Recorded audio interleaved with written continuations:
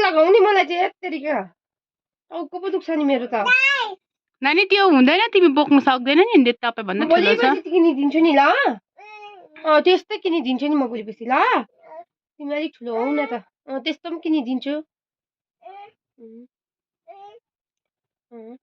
Evelyn तिमी चाहिँ के भयो बर्थडे गिफ्ट दिन्छु नि यस्तो भोलिपछि ल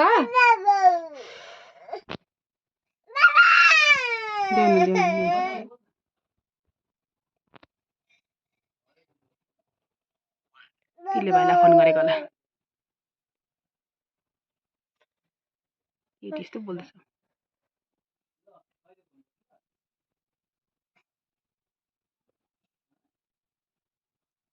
यो मन्दिर अनलाइन